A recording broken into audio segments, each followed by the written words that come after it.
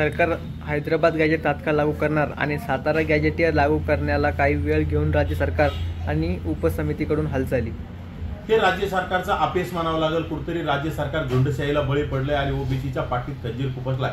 ज्या ओबीसीने गेल्या अनेक वर्षापासून तुम्हाला प्रचंड असं बहुमत दिलं आणि खरं तर देवेंद्र फडणवीस यांच्या पाठीशी ओबीसी समाज राहिला, परंतु त्या देवेंद्र फडणवीसांनी ओबीसीच्या तोंडाला पानं पुसण्याचं काम केले अतिशय गंभीर आहे। आणि ओबीसीने आता आठवणी ठेवा, येणाऱ्या ज्या निवडणुका असतील त्यावेळेस ओबीसी तुम्हाला तुमची जागा दाखवल्याशिवाय स्वस्थ बसणार नाही।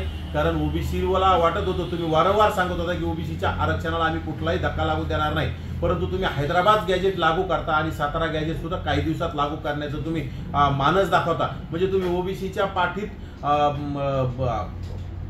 धक्का नाही, ओबीसीच्या पाठीत मोठा खंजीर खुपसला, ओबीसीची हत्या केली ही आम्हाला आज मानावं लागेल आणि हे आम्ही कदापि सहन करणार नाहीत। राज्य सरकारने जरी हे निर्णय घेतले असतील हे आम्हाला अमान्य, आम्ही तात्काळ कोर्टात जाऊ, आम्ही रस्त्यावर उतरू, आम्ही मोठमोठे आंदोलन केल्याशिवाय स्वस्थ बसणार नाही आणि हे राज्य सरकारला परवडणार नाही।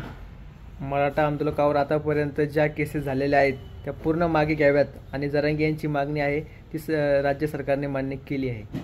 ही अतिशय चुकीचं आहे। तुम्ही आंदोलन करताना, तुम्ही शहरं जाळताना, तुम्ही हॉटेल जाळताना, तुम्ही घरं जाळताना, दुकानं जाळताना, गोरगरिबांना मारहाण करताना, शासनाचं नुकसान करताना, मुंबईमध्ये घाण करताना आणि सर्व तुमच्या बाजूने जर झुंडशाही असेल तर झुंडशाहीच्या जोरावर जर राज्य सरकार झुकत असेल तर येणाऱ्या काळात 54% असणाऱ्या राज्यातील ओबीसीनं सुद्धा आता झुंडशाहीप्रमाणेच निर्णय घ्यावे लागतील आणि राज्य सरकारला असं झुकावं लागेल। म्हणजे तुम्ही जर झुंडशाहीच्या जोरावर ज्यांनी बीड जाळलं, ज्यांनी मराठवाड्यामध्ये दहशत केली अशा लोकांच्या जर आणि आता मुंबईमध्ये घाण केली, मुंबईला वेटीस धरलं, अशा लोकांच्या केसेस जर तुम्ही मागे घेत असाल तर हे तुम्ही नवीन पायंडा पाडलाय आणि हे तुम्हाला परवडणार नाही। येणाऱ्या काळात ओबीसी तुम्हाला याचा जबाब विचारल्याशिवाय स्वस्थ बसणार नाही।